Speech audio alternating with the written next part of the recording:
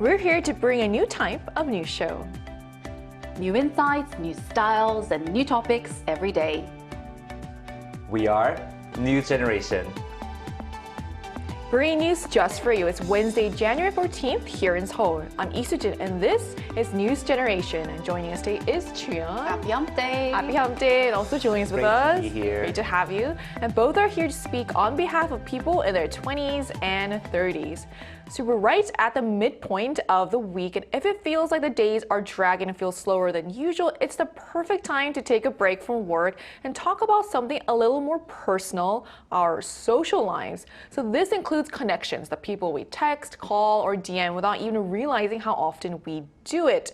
So let me ask you this, Chuyeon. On average, how many people do you stay in touch with, do you think? Well, I don't call or I don't have any small circle that I talk. I don't stay in close contact with a large number of people. I mean, so but when I actually counted, I actually realized that I communicate with around 50 to 60 people a month on average, and that includes my family, my friends, and also my work-related people, such as coordinating my children's schedules with teachers and that's a big one. But that's a big one indeed, and also our writers, my co-workers, and also the broadcast schedules. So most of my communication is based on practical, my professional level, rather than casual talking. So for everyday conversations, I mainly use social media like DM, a direct message, and I prefer text messages over phone calls because they feel more efficient and deserve of time. I may reply slowly, but that doesn't mean I don't care. I do care. Yes. That's good. I think that's so relatable. I think because social media has made it so easy for us to, talk to people, there's more interaction as well. So what about you, Julian? I had no idea, honestly, so I had to look through my phone just to get a precise figure. And from what I saw, I would say about like 20 friends regularly. I would say maybe about a few family members, maybe at least 3, and at least 10 work contacts a day. But I think this fluctuates way too much each month. It just depends on what projects I'm working on, who I'm talking to, where I'm currently located, if I'm traveling. But yeah, I don't know. I think I just generally keep a few friends close and I contact them regularly. But other than that, I just think it fluctuates too much. I think that does for a lot of people as well. So we're going to dive more into this, but first let's take a look at the video.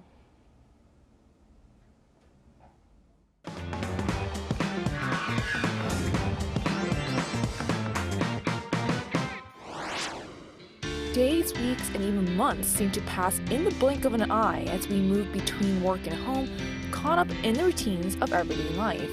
And in this modern era, despite being more connected than ever through social media, many people say they feel increasingly disconnected. That sense of distance often becomes even stronger after graduating from college when everyone heads off to build lives of their own. Today on News Generation, we take a closer look at how often Koreans are actually connecting with one another, why young people are socializing less than the older generations, and what we should keep in mind when building and maintaining meaningful social connections. As we just saw in a video, the way we connect with people today looks very different from the past. That raised an important question about how we measure connection in the first place. So there was a recent study looking at how often Koreans actually interact with others. So what exactly did the researchers find, and how did they define what counts as social interaction? Well, there has been an interesting study about how often Koreans keep in touch with their people, their colleagues. Well, recent research shows that Koreans interact with about 50 people per month on average. This is based on mobile communication data. And this figure includes everybody we can contact, that is, whether close or not, which shows that frequent interaction doesn't always mean a close relationship with that person. In other words, numbers reflect connectivity, not necessarily emotional closeness, that is. So it reminds us that being connected is easy, but being close takes a bit more time. So what's interesting is that despite being constantly connected, the younger generations don't necessarily seem interested in expanding their social circles. Instead, many appear more focused on themselves and their inner lives rather than social interaction. So why do you think that shift is happening, Julian? Yeah, so the shift is happening because in the past, people who are more introverted and antisocial were generally less accepted by society. However, now there is a greater understanding of this. There's a trend that millennials and Gen Zers are more focused on themselves rather than external relationships. So as a result, people have been becoming more interested in learning about themselves through things like MBTI and other personality traits to define how they socialize and interact with others. People have also been picking up on hobbies that focus on their inner world and their healing, such as meditation, yoga, and knitting. And there's also been a boom in Schopenhauer's philosophy because people have been resonating with the idea that one is truly oneself when alone. Well, that's very deep. And also, being introverted or less socially active is no longer seen as something negative. And at the same time, economic uncertainty and changing lifestyles seem to be reshaping how young people view relationships. And that also shows why there's a shift between how older generations interact versus how younger generations view interactions. And why did this change happen? Well, good question. I do think that these days many younger generations prefer selective relationships. So they would like to go like selective about their social interactions. With job markets tightening and economic pressure increasing, as you mentioned, time and energy feel more valuable than ever to themselves. So meeting people without a clear purpose can feel like a waste of time and waste of money as well. So, and also I strongly relate to that. Without a clear intentional purpose, I tend to avoid those gatherings, those social meetings. And at the same time, the way we connect has changed. We do have many open chats and small interest-based groups. They are becoming more common. And I'm also part of the chat group, open group chat meetings. I have the exercise one and also the investment one as well. And even without face-to-face contact, many feel connected through social media and online spaces as well. But constant online interaction can also be very noisy and emotionally exhausted and tiring at the same time. So I do think that they prefer some simple ways and a quiet thing in their real life. So choosing fewer interactions in their lives isn't about being isolated. It is all about protecting calm and your balance in your life. And that's why you often hear these days people say time is currency as well. Yes, indeed. So are there any other reasons you've noticed personally or people around you that, show why there is such a shift? Yeah, so I'm going to be honest, I don't really see a lot of people in my own social circle deliberately choosing to have fewer social connections, but I think that's just my own little bubble. And I can really do see why, in general, young people are opting for fewer social ties and interactions. I think a big reason is not having a group or someone that you can feel like you're 100% yourself. And I think having to put a mask on can be truly very, very exhausting and takes a lot of energy out of you. Many people, like we mentioned earlier, feel like they can be truly themselves when they're alone. And coinciding this is the rise of the I live alone culture, which basically means that there are more single-person households and activities such as eating and drinking alone are becoming more normalized in our society. So overall, the number of people just doing things solo is growing, and also with life being really difficult for young people, I would say feeling comfortable and just feeling like they can just be safe in their own comfort, in their own solace is just a priority. You mentioned the I live alone culture. I think that comes from there's a Korean TV show that's based on that, which is why people think it's no longer, you don't feel like a loser basically doing things by yourself as well. Exactly. So what stands out is that this isn't just about people becoming less social, it's about being more selective. So economic pressure, changing lifestyles, and new ways of connecting seem to be reshaping how young people decide which relationships are worth their time and energy. So we ran a poll on the Arirang News YouTube channel asking viewers on average, how many people do you interact with in a month? So here's what the results showed. According to the data, 62% say they interact with fewer than 10 people, while 25% report staying in touch with between 10 and 30 people. And only a small share interact with larger groups, with 5% saying they connect with 30 to 50 people and 8% reporting interactions with more than 50 people in a month. So it's interesting to see that for the majority, meaningful interaction appears to happen within a limited number of relationships rather than across a broad social circle. And these numbers challenge the idea that we're all hyper-connected. So for most respondents, social life seems much smaller than we might expect. So to learn more about this phenomenon, we'll be speaking with a therapist, and that conversation will take place right after the break, so don't go anywhere.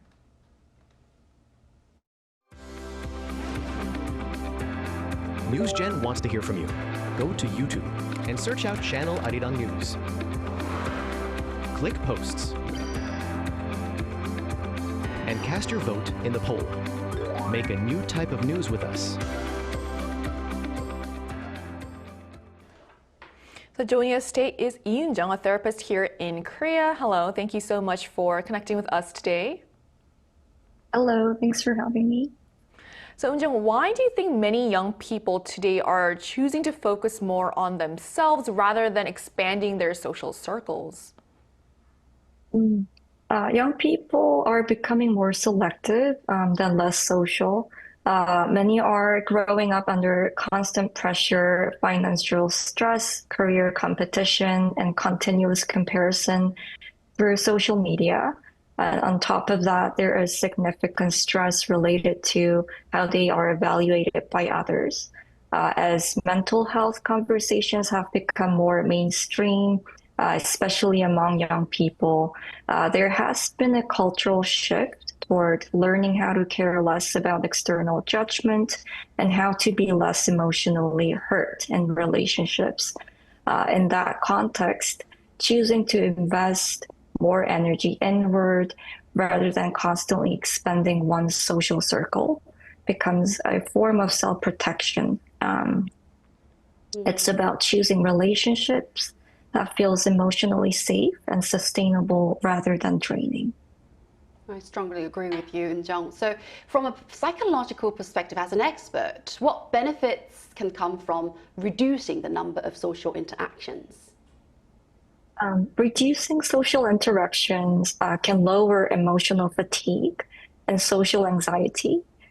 When people are no longer constantly managing expectations or performing for others, they gain more space to understand their own emotions and needs.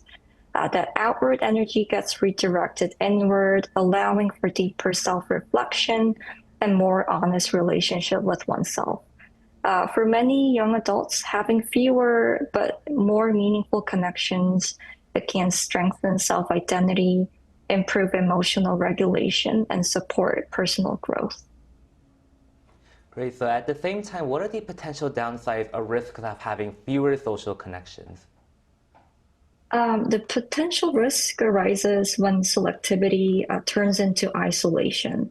Humans are relational beings, so we don't fully develop or mature in isolation, while overextending socially can be exhausting, but growth often comes from navigating relationships. So including discomfort, conflict, and emotional friction.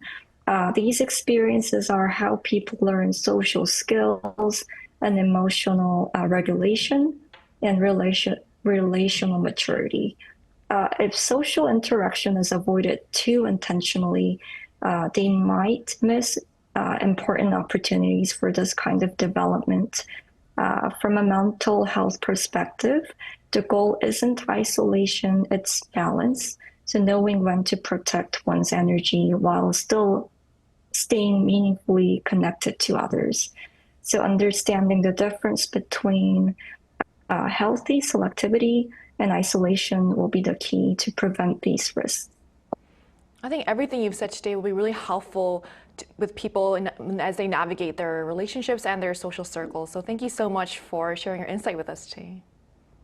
Thanks for having me. So we've just heard from a therapist about why many young people are turning inward, the psychological benefits of limiting social interactions, and the challenges that can come with it. But as we talked about in our Zoom interview as well, reducing social interaction can also create broader problems, ones that go beyond the individual. So when social interactions shrink too much, what kind of risks can that create at a societal level? Well, I think Eun-jung mentioned a little bit, but if social interaction decreases too much, it can lead to serious social issues such as extreme isolation. According to government data, the proportion of socially withdrawn young people has reached 5.2%, more than double compared to 2022. There are young people who rarely go out, don't work or study, and have little contact with others. Then why is it? The main reasons include difficulties finding jobs, struggles with some relationships, dropping out of school, or failing to advanced academically, because in Korea we do have a high standard when it comes to academic. Well, this shows that reduced interaction is not just a personal choice, personal level, but a social problem, growing social concern. A major study in the Nature family of journals shows that social isolation is linked to negative effects of long-term health. Julian will explain later.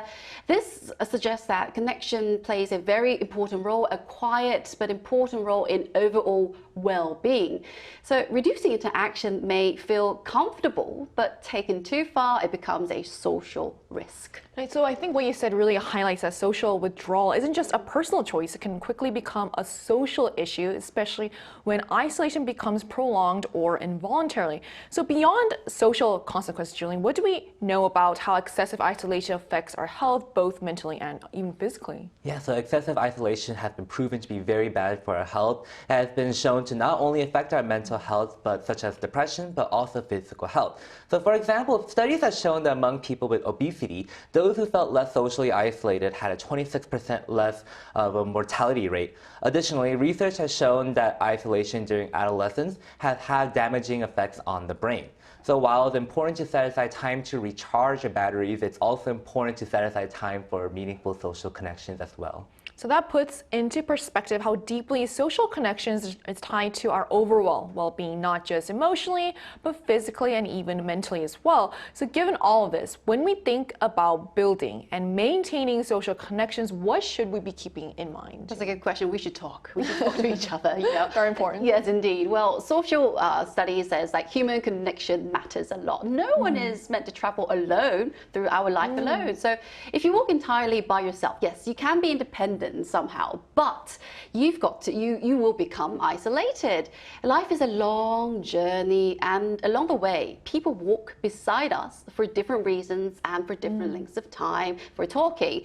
Some fellow travelers make the road steadier and help you grow, develop yourself. But others may slow us down, drain your energy, or quietly lead us away from our different direction that we would like to go. So the key isn't to walk with everyone you meet, it's knowing who you can walk with without losing your pace or direction and your thoughts. So a heavy relationship is one that helps you move forward. It helps you have you develop your growth yourself, grow yourself. So if someone makes your journey feel lighter, you are walking with the right person right now.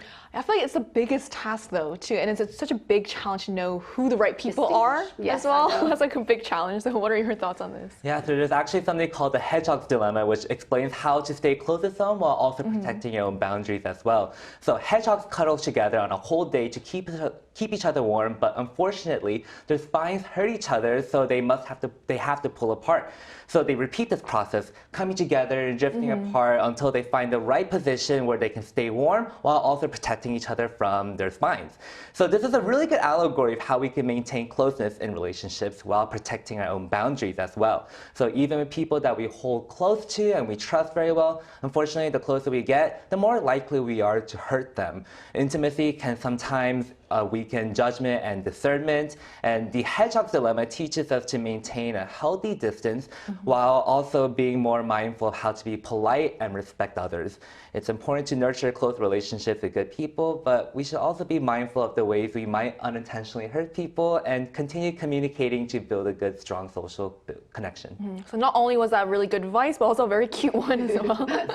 So today's conversation reminds us that being connected doesn't always mean being surrounded by people. What matters more is finding relationships that support us, challenge us, and still leave room to be ourselves. So whether it's a smaller circle or a wider network, the key isn't the number of people we interact with, but the quality of those connections, and also taking the initiative to reach out first. And that brings us to the end of today's episode of News Generation. But News Gen will be back tomorrow at 10:30 a.m. Korea time with more stories and discussions. A big thanks to Chuyeon. Thank you for having me, Sujin. For coming in, also Julian. Thank you for also having me today. And to our viewers, thank you so much for joining us today, and we hope you have the best day. We are News Generation.